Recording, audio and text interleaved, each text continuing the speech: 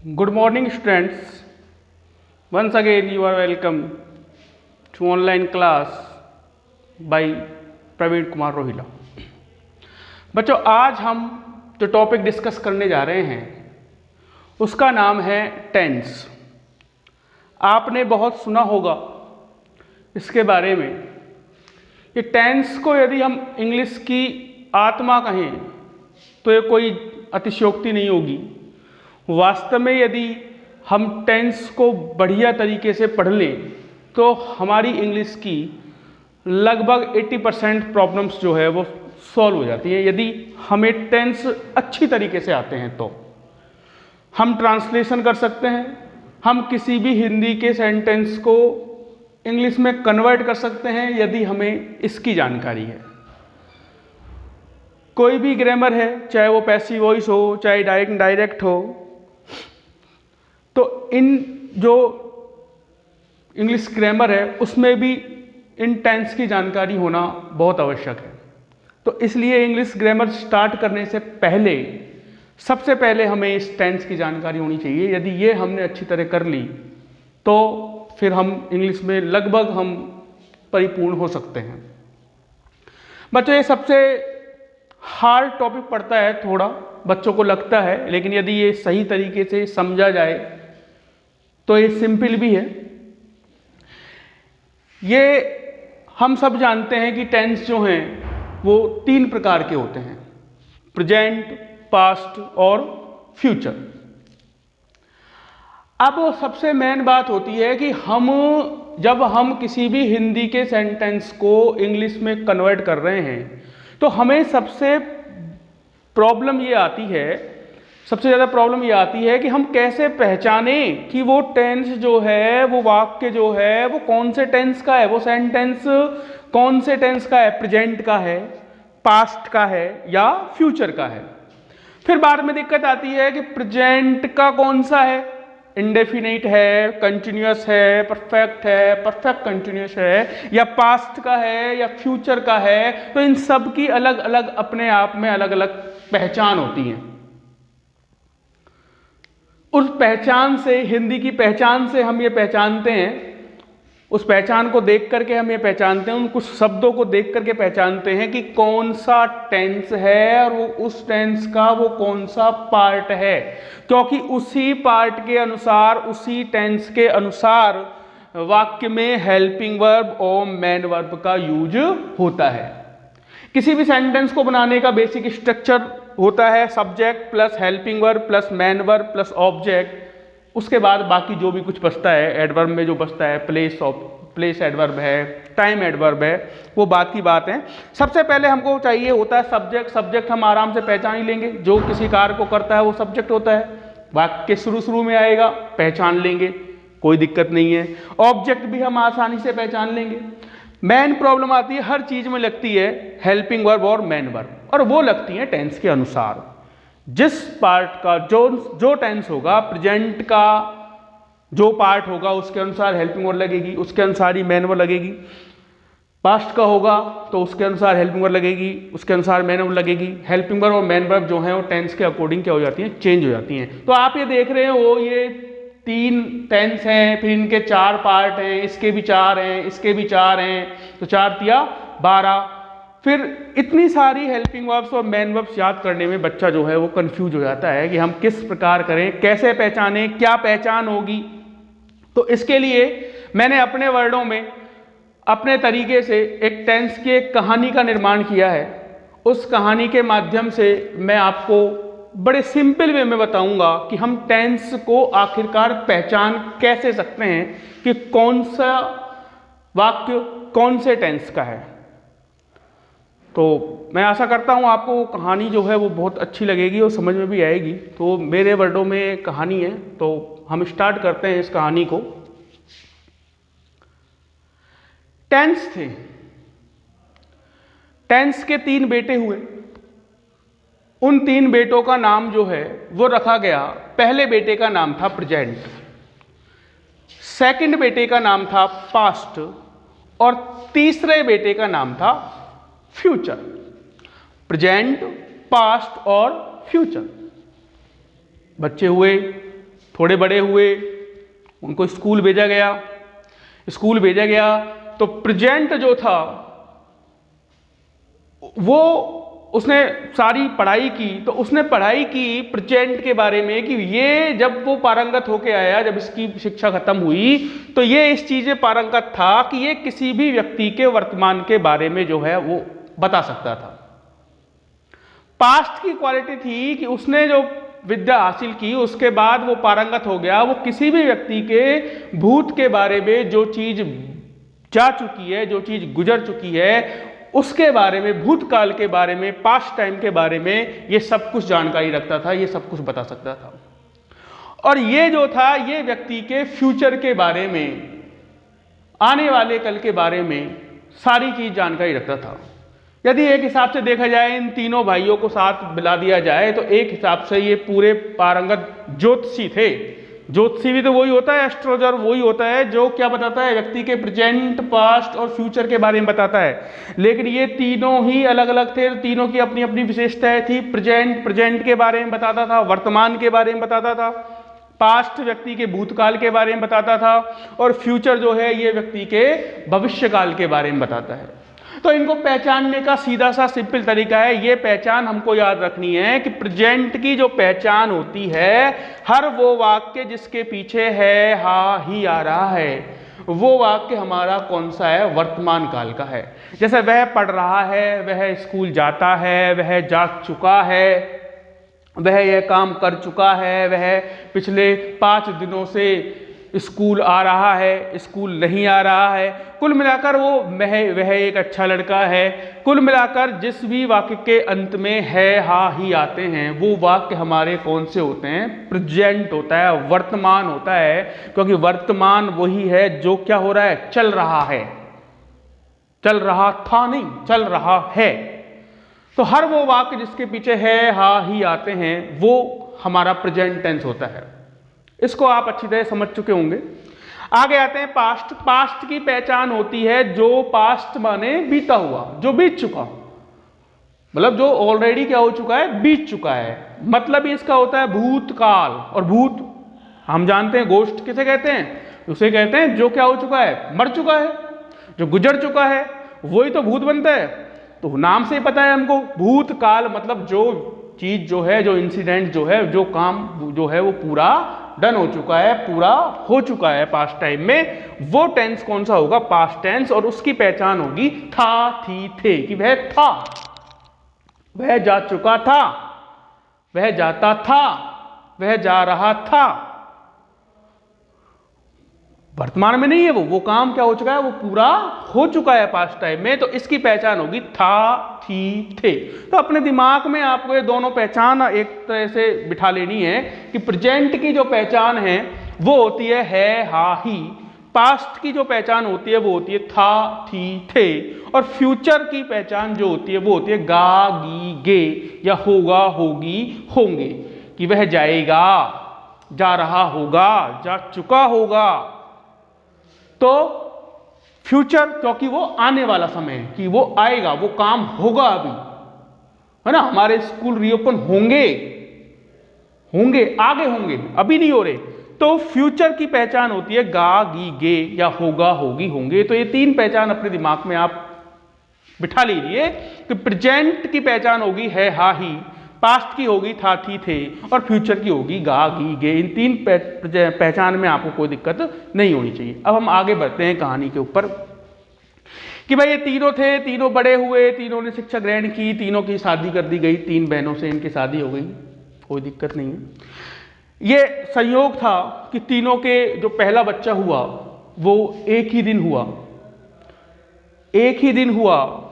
तो पुराने ज़माने में आप जानते हो कि बच्चे के जो नामकरण संस्कार था वो उसके लिए कोई पुरोहित वगैरह बुलाया जाता था, और वो कुंडली में देख करके तब नाम रखता था। और जो कुंडली में जो जिस प्रकार का नाम आता था वो उसी प्रकार का वही नाम जो है रखा जाता था। इसलिए आपने देखा है पुराने ज़मानों के लोगों के जो नाम है वो अलग अलग टाइप के नाम हैं, ऐसे ऐसे नाम हैं जिनको सुनकर आपको हंसी आती है। किसी का नाम मूसाराम, कोई पोखरमल, या किसी का अनसंट नाम जो आते हैं, वो हमारी संस्कृति थी कि जो भी जन्म कुंडली में जो नाम निकलता था उसी नाम को वो रख देते थे। अब जरूर 21वीं शताब्दी हो गई है, 20वीं शताब्दी हो गई है, तो फिर अब नए नए हम नाम जो हैं वो अच्छे अच्छे नामों को रखते हैं अपने बच्चों के, लेकिन पुराने ज़माने में यही चलता था। तो यही आई प्रॉब्लम कि तीनों बच्चे जो थे वो एक साथ हुए, पुरोहित जी को बुलाया गया, तीनों की कुंडली देखी गई। तो यहाँ भी एक संयोग आया कि तीनों का नाम सेम था। प्रेजेंट के पहले बच्चे का नाम भी इंडेफिनाइट था, पास्ट के पहले बच्चे के नाम भी इंडेफिनाइट था, और फ्यूचर के पहले बच्चे के नाम भी यही था। तो मैंने पहले ही कहा है, पहले संस्कृति थी, इसलिए जो नाम कुंडली में आया वही नाम इनका रख दिया गया। तो तीनों का नाम हो गया, 3 इंडेफिनाइट हो गए, प्रेजेंट का भी, पास्ट का भी और फ्यूचर का इंडेफिनाइट भी। 1-2 साल बाद दूसरा बच्चा हुआ, फिर वही संयोग निकला, तीनों के एक साथ दूसरा बच्चा हुआ, फिर वही पुरोहित जी को बुलाया गया, पुरोहित जी ने फिर वो कुंडली देखी, कुंडली में फिर वही नाम था, एक ही नाम तीनों का, और वो था कॉन्टिन्यूअस रख दिया गया। ऐसे ही तीसरा हुआ, उसका नाम निकला परफेक्ट रख दिया गया। ऐसे ही चौथे हुए, और चौथे के भी तीनों के नाम सेम थे, परफेक्ट कंटिन्यूअस और परफेक्ट कॉन्टिन्यूअस। ठीक है भाई, रख दिए गए, कोई दिक्कत नहीं। अब घर में थे 3 इंडेफिनाइट, 3 कॉन्टिन्यूअस, 3 परफेक्ट और 3 परफेक्ट कॉन्टिन्यूअस। तो ये बच्चे भी आंगन में खेलते कूदते थे आराम से, कोई दिक्कत वाली बात नहीं थी। 12 बच्चे थे, आराम से धमा चौकड़ी मचाते थे। ये भी स्कूल वगैरह गए, ये भी इन्होंने पढ़ाई वढ़ाई की, अच्छी अपनी शिक्षा ग्रहण करी। तो ये जो इंडेफिनाइट है, इसका मतलब होता है अनिश्चित, जो अनिश्चित घटनाओं का बोध कराता है। ये जो घटनाएं अनिश्चित हैं, इंडेफिनिट हैं, उन घटनाओं का बोध कराने वाला बना। ये जो सबकी विशेषताएं, जब नाम एक जैसे हैं तो विशेषताएं भी डेफिनेट है कि वो एक जैसी होंगी। ये था कंटिन्यूअस, इसका काम था कोई भी उस वाक्य का बोध कराना, जो उस काम का बोध कराना जो अभी जारी है, जो चल रहा है, जो हो रहा है। जैसे वह स्कूल जा रहा है, तो वो जाने का काम क्या है, जारी है। इसका था परफेक्ट, मतलब पूरा हो चुका, मतलब जिसमें कार्य जो है वो क्या हो चुका हो, पूर्ण हो चुका हो, उसका जो बोध कराता है वो कराता है परफेक्ट। जैसे वह जा चुका है, वह अपना होमवर्क कर चुका है, तो मतलब वो होमवर्क करने की जो प्रक्रिया है वो क्या हो चुकी है, प्रेजेंट में पूरी हो चुकी है। परफेक्ट कंटिन्यूअस, ये दोनों का वो है, मिश्रण है। परफेक्ट मतलब पूरा हो चुका, कंटिन्यूअस मतलब जारी है, मतलब कार्य का कुछ हिस्सा पूरा हो चुका है और शेष हिस्सा अभी क्या है, जारी है। जैसे राम सुबह से अंग्रेजी पढ़ रहा है, सुबह से पढ़ रहा है, और अब क्या हो गई, अब दोपहर हो गई, तो सुबह से पढ़ रहा है, तो सुबह से दोपहर तक वो क्या हो चुका है, पढ़ चुका है। और अभी भी क्या कर रहा है, पढ़ भी चुका है, एक हिस्सा पूरा हो चुका उसका, इसलिए वो परफेक्ट है। और अभी भी क्या कर रहा है, वो पढ़ ही रहा है, अभी उसकी पढ़ाई रुकी नहीं है, जारी है, तो वो क्या हो गया, कंटिन्यूअस हो गया। तो इनकी भी अपनी अपनी एक अलग पहचान होती है। इनकी को पहचानने का तरीका है, जिस भी वाक्य के अंत में ता, ती, ते आते हैं, वो पहचान होती है इंडेफिनाइट की। कंटिन्यूअस की पहचान होती है रहा, रही, रहे। परफेक्ट की होती है चुका, चुकी, चुके, आया, गया, पिया, खाया, कुछ भी हो, वर्ब होनी चाहिए। और परफेक्ट कंटिन्यूअस की पहचान होती है से रहा, से रही, से रहे।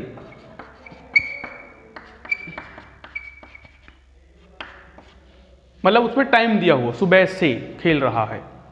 तो समझ गए, ये तीनों की पहचान ये होती है। इंडेफिनाइट की पहचान आप याद रखो, इंडेफिनाइट की पहचान क्या होती है, ता, ती, ते। कंटिन्यूअस की रहा, रही, रहे, इसकी भी यही होती है रहा, रही, रहे, इसकी भी यही होती है रहा, रही, रहे। परफेक्ट की चुका, चुकी, चुके, इसकी भी यही है, इस वाले परफेक्ट की भी यही है, इस वाले परफेक्ट की भी यही है। इसकी होती है से रहा, से रही, से रहे, इस वाले परफेक्ट कंटिन्यूअस की भी यही है, और इस वाले परफेक्ट कंटिन्यूअस की भी यही है। अब आपको केवल ये 7 परिभाषा याद रखनी है कि प्रेजेंट की पहचान है हा ही, पास्ट की थाती थे, फ्यूचर की गागी के, इंडेफिनाइट की ताती थे, कंटिन्यूअस की रहा रही रहे, परफेक्ट की चुका चुकी चुके, और परफेक्ट कंटिन्यूअस की से रहा से रही और से रहे। अब कौन से टेंस का कौन सा पार्ट है उसकी पहचान क्या होगी, हम कैसे पहचानेंगे कि भाई प्रेजेंट ये कंटिन्यूअस का है या पास्ट कंटिन्यूअस का है या फ्यूचर कंटिन्यूअस का है। तो उसके लिए आप कहानी का अगला पार्ट सुनिए। अब ये 12 बच्चे हो गए, 12 बच्चे आराम से हॉल में आंगन में धमा चौकड़ी मचाते थे। टेंस जो था वो अब दादाजी बन चुके थे, वो बूढ़े हो गए थे। एक दिन वो वैसे ही खाट पे बैठे हुए थे, तो उन्होंने सोचा यार क्यों ना, ये बच्चे संस्कारी बहुत अच्छे थे, ये इतने संस्कारी थे कि दादा इनसे जो काम की कह देता वो काम तो 100% इनको करना ही करना था, चाहे वो कोई भी किसी भी काम में बिजी हो, वो तुरंत छोड़ के दादाजी की आज्ञा का पालन जो है वो जरूर करते थे। तो टेंस ने सोचा कि यार क्यों ना, ये बच्चे बड़े हो गए, एक बार मैं इनको देखता हूँ, कुछ काम सौंप के देखता हूँ ये मेरा काम करते हैं या नहीं करते, इनकी परीक्षा लेता हूँ। तो टेंस खाट पे बैठे थे और एकदम उनको प्यास लगी, तो उन्होंने जोर से चिल्लाया कि बेटा कंटिन्यूअस एक गिलास पानी लेके आना। तो मैंने पहले ही कहा है ये बच्चे आज्ञाकारी बहुत थे, ये अपने कामों में बिजी थे, लेकिन जैसे ही उन्होंने कंटिन्यूअस ने सुना कि दादाजी ने क्या मंगाया है, पानी मंगाया है, तो तुरंत दादाजी जो है वो जो बच्चे हैं वो पानी लेकर के चल दिए और टेंस के सामने ला करके एक गिलास रख दिया। टेंस ने गिलास पी लिया अपना, जैसे ही वो खत्म किया वो दूसरा गिलास आ गया। टेंस देखने लग गया यार ये क्या, उसने भाई वो भी पिया, फिर तीसरा गिलास आ गया, क्योंकि 3 कंटिन्यूस थे, तीनों ही कंटिन्यूस। उसने कहा था कि कंटिन्यूस पानी लेके आना, तो तीनों ही कंटिन्यूस भाग्यकारी थे, तो तीनों ही कंटिन्यूस एक एक गिलास पानी लेकर के चले गए। अब दादाजी को बड़ी प्रॉब्लम हो गई कि यार ये क्या हुआ, और जिसका नहीं पिए वही नाराज। तो एक का पी लिया पूरा, तो दूसरे का पीना पड़ेगा, तीसरे का पीना पड़ेगा, क्योंकि बच्चे थोड़े मासूम थे, इमोशनल थे, यदि नहीं पिए तो नाराज कि हाँ इसका तो पी लिया हमारा नहीं पिया। तो टेंस के सामने बड़ी समस्या उत्पन्न हो गई, तो उसने जैसे तैसे करके वो तीनों गिलास बेचारे ने पिए। टेंस ने कोई बात नहीं, एक दिन टेंस ने ऐसे ही बैठे बैठे पुकारा, लाला परफेक्ट खाना लेके आना। तो वो तो आज्ञाकारी तो थे, वही 3 थालियां टेंस के पास पहुंच गई। अब जिसका नहीं खाया वही नाराज। टेंस ने सोचा यार ये तो बड़ी प्रॉब्लम हो गई, मैं तो एक को बुलाता हूं, ये तो 3-3 आते हैं, और जिसका नहीं खाया वही नाराज। ऐसे तो ये मुझे खिला खिला कर ही क्या कर देंगे, मार देंगे, मैं बूढ़ा आदमी, इतना खाया जाता है कि मुझ पे, या इतना पिया जाता है। तो उसने सोचा यार ये पंडित की करतूत है, इस पंडित को फोन किया जाए। तो टेंस महाराज ने उस पुरोहित को, जिन्होंने इसके नाम रखे थे इन बच्चों के, उसको फोन लगाया। पंडित जी बोले हाँ भाई कौन बोल रहा है। टेंस ने कहा मैं टेंस बोल रहा हूँ, ऐसा कर पंडित जी घर आओ एक बार आप। पुरोहित जी ने कहा क्यों भाई क्या बात हो गई ना, कोई बात नहीं हुई, आप तो घर आओ एक बार। तो साहब पुरोहित जी सुबह सुबह अपनी पोथी पन्ने लेकर के टेंस जी के घर आ जाते हैं। उनसे पूछते हैं साहब क्या हो गया यजमान, क्या प्रॉब्लम हो गई, कैसे बुला लिया सुबह सुबह। उनकी कोई दिक्कत नहीं, आप बैठो, आओ पानी वानी पियो एक बार। तो उसने कहा हाँ चलो ठीक है। वो बैठ गया तो टेंस जो है वो फिर पुकारा, लाला इंडेफिनाइट पंडित जी के लिए पानी लेके आना। तो 3 गिलास पंडित जी के सामने धर दिए। टेंस ने कहा पुरोहित जी पियो, और तीनों ही पियो, क्योंकि जिसका नहीं पियोगे वही नाराज हो जाएगा। यही प्रॉब्लम है, एक को बुलाता हूं मैं भी, तीनों आते हैं आज्ञाकारी इतने, जो कह दिया वो काम करते हैं, और इमोशनल इतने, जिसका काम, जिसका नहीं पिया या जिसका नहीं खाया वही नाराज। पंडित जी ने जैसे तैसे 3 गिलास पानी पिए। पंडित जी ने कहा भाई समस्या तो बड़ी गंभीर है। तो टेंस ने कहा पंडित जी कुछ ऐसा उपाय करो कि इसको एक को बुलाया जाए और एक ही आए। टेंस पंडित जी ने बड़ा दिमाग लगाया अपना, उनको एक युक्ति सूझ गई। उन्होंने कहा महाराज युक्ति मिल गई, आप ऐसा करो, इनके नाम तो सेम है लेकिन इनके बाप के नाम तो अलग अलग हैं, इनके पिता के नाम तो अलग अलग हैं, तो क्यों ना इनके आगे इनके पिता का नाम जोड़ दिया जाए, तो ये अलग अलग हो जाएंगे। टेंस को भी ये युक्ति पसंद आई और उन्होंने इनके आगे इनके पिता का नाम क्या कर दिया, ऐड कर दिया। तो ये बन गया प्रेजेंट इंडेफिनाइट। ये बन गया पास्ट इंडेफिनाइट और ये बन गया, इसके पिता का नाम था फ्यूचर, फ्यूचर इंडेफिनाइट। ऐसे ही ये बन गया प्रेजेंट कंटिन्यूअस, ये बन गया पास्ट कंटिन्यूअस, ये बन गया फ्यूचर कंटिन्यूअस, ये बन गया प्रेजेंट परफेक्ट, ये बन गया पास्ट परफेक्ट और ये बन गया फ्यूचर परफेक्ट। ये बन गया प्रेजेंट परफेक्ट कंटिन्यूअस, ये बन गया पास्ट परफेक्ट कंटिन्यूअस और ये बन गया फ्यूचर परफेक्ट कंटिन्यूअस। अब प्रॉब्लम सॉल्व हो गई। अब एक को बुलाया प्रेजेंट इंडेफिनाइट पानी लेके आना, तो कौन जाता? केवल प्रेजेंट इंडेफिनाइट जाता, क्योंकि अब इनके नाम जो हैं वो क्या हो चुके थे? चेंज हो गए थे। तो ये कहानी सुनाने का मात्र केवल इतना सा वो था कि अब आप, यदि ये कहानी आपके समझ में आ गई है तो अब आप ऑटोमेटिक जो है वो पहचान जाएंगे कि कौन से टेंस, कौन सा सेंटेंस कौन से टेंस का है। कि जब हिंदी हमने इनके नाम के आगे इनके पापा का नाम जोड़ा तो पीछे हम इनके पापा की पहचान लगा देंगे, तो ऑटोमेटिक सभी टेंसों की पहचान बन जाएगी। हम जानते हैं कि इंडेफिनाइट की पहचान क्या होती है? ता, ती, ते। जब प्रेजेंट इंडेफिनाइट की होगी तो प्रेजेंट की क्या होती है? हा, ही। दोनों को यदि हम ऐड करें तो क्या हो गई? ता है, ती है, ते है। जब पास्ट इंडेफिनाइट देखेंगे तो ता था, ती थी, ते थे। केवल फ्यूचर की तागा, तीगी, तेगे नहीं होगी, फ्यूचर की याद रखना केवल होगी गा, गी, गे। ऐसे यदि हम कंटिन्यूअस की देखें तो रहा, रही, रहे। प्रेजेंट की है, हा, ही। दोनों को जोड़ें तो रहा है, रही है, रहे हैं। Present indefinite, present continuous, sorry. Past की देखें तो रहा था, रही थी, रहे थे। फ्यूचर की देखें तो रहा तो है ही और इसकी होगा, होगी, होंगे, तो रहा होगा, रही होगी, रहे होंगे। परफेक्ट की देखें, प्रेजेंट परफेक्ट की तो चुका है, चुकी है, चुके हैं। पास्ट परफेक्ट की चुका था, चुकी थी, चुके थे।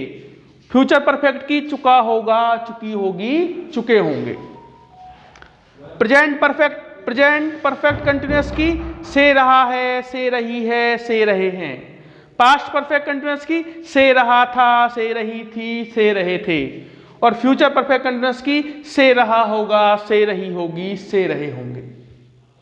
तो केवल 7 चीजों की परिभाषा केवल प्रेजेंट की है, हा, ही होती है, पास्ट की था, थी, थे होती है, फ्यूचर की गा, गी, गे होती है, इंडेफिनाइट की ता, ती, ते होती है, कंटिन्यूअस की रहा, रही, रहे होती है, परफेक्ट की चुका, चुके, चुके होती है और परफेक्ट कंटिन्यूअस की से रहा, से रही, से रहे होते हैं। ये 7 याद करने के बाद आप इनके पापा का नाम की जो है इनको ऐड करते जाइए, ऑटोमेटिक सब चीजों की परिभाषा, सब चीजों की पहचान जो है वो बन जाएगी। और पहचान से ही, पहचान जब हमको पता चल जाएगी तब हमको ये पता चल जाएगा कि कौन से टेंस में कौन सी हेल्पिंग वर्ब लगानी है और कौन सी मेन वर्ब लगानी है। तो सब्जेक्ट आप पहचान ही लोगे, ऑब्जेक्ट आप पहचान ही लोगे। बात आती है हेल्पिंग वर्ब की और मेन वर्ब की। अब मेन वर्ब भी देख लो, मेन वर्ब कैसे पता लगाएंगे हम? पहचान से हम पहचान लेंगे अब कि कौन सा टेंस है, प्रेजेंट का इंडेफिनाइट है या पास्ट का इंडेफिनाइट है या पास्ट का कंटिन्यूअस है, क्या है वो पहचान से पहचान ही लोगे। अब आती है बात मेन वर्ब की। भाई मेन वर्ब कैसे पहचानेंगे? तो मेन वर्ब कितने होती हैं? मेन वर्ब होती हैं 4 मेनली। तो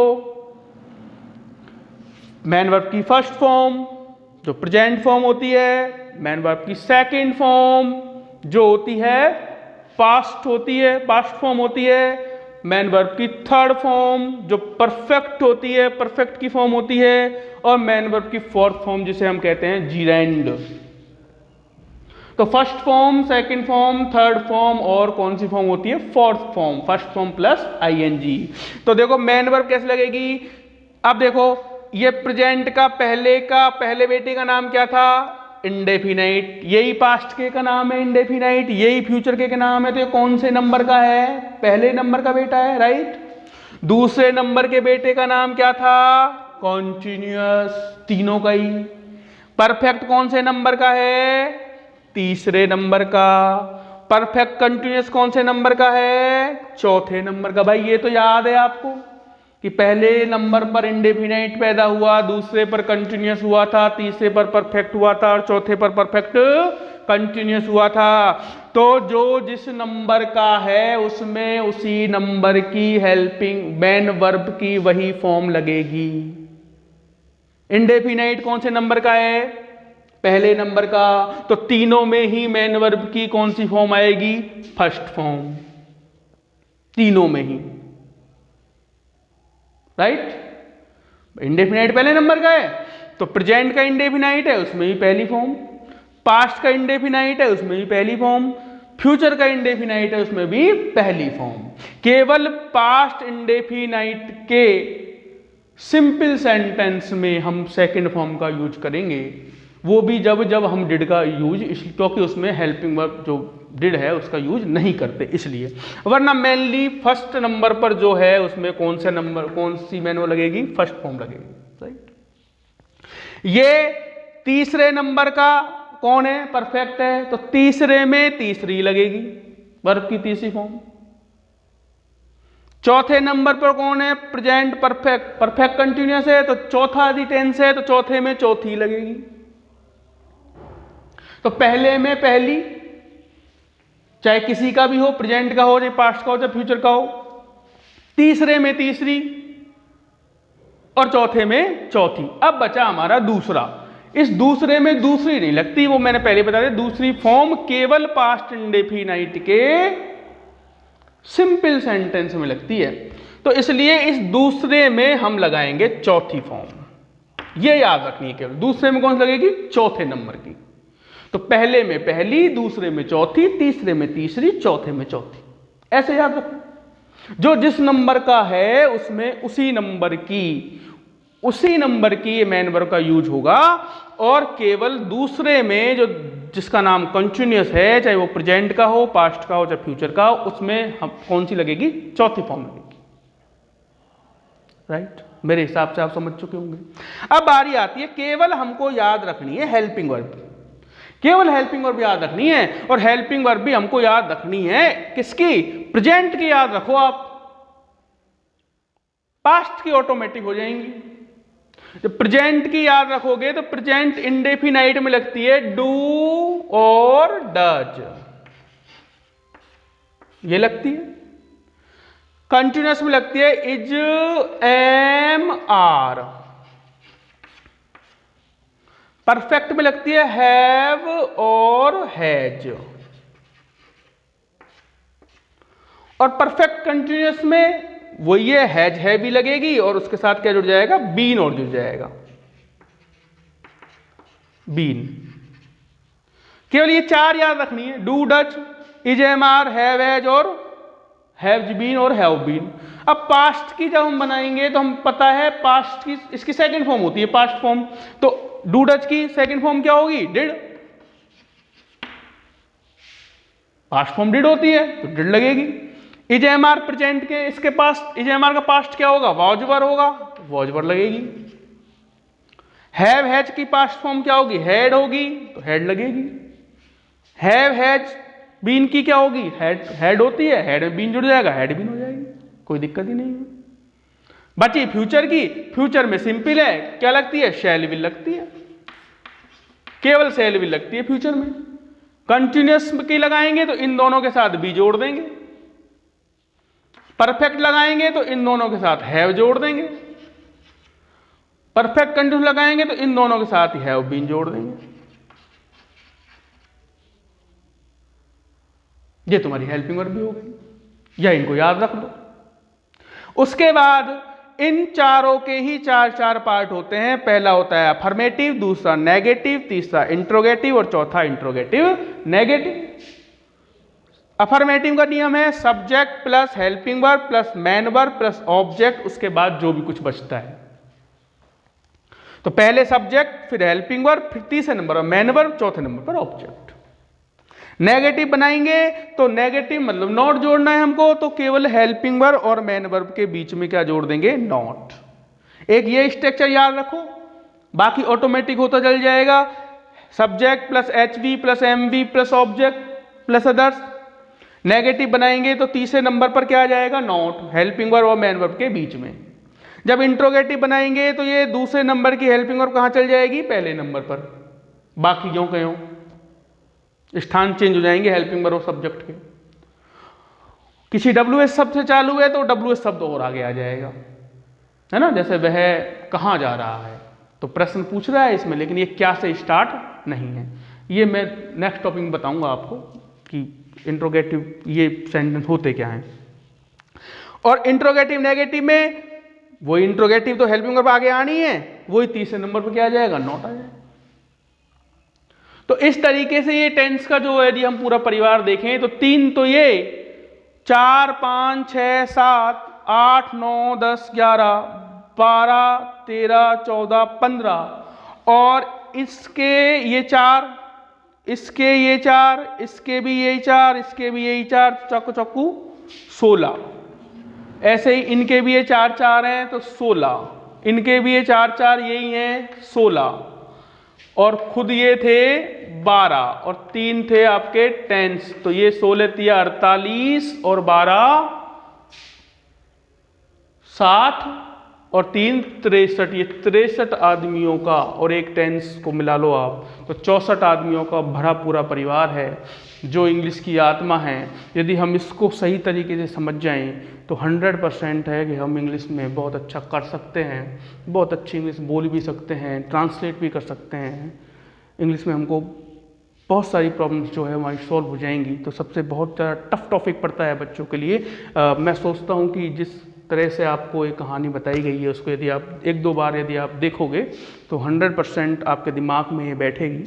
उसके बाद कल से हम इसको इंग्लिश टू इंग्लिश भी पढ़ाना स्टार्ट करेंगे। अभी मैंने हिंदी मीडियम के हिसाब से इसको पढ़ाया इसलिए क्योंकि आपके दिमाग में ये टॉपिक बैठना चाहिए। Thank you.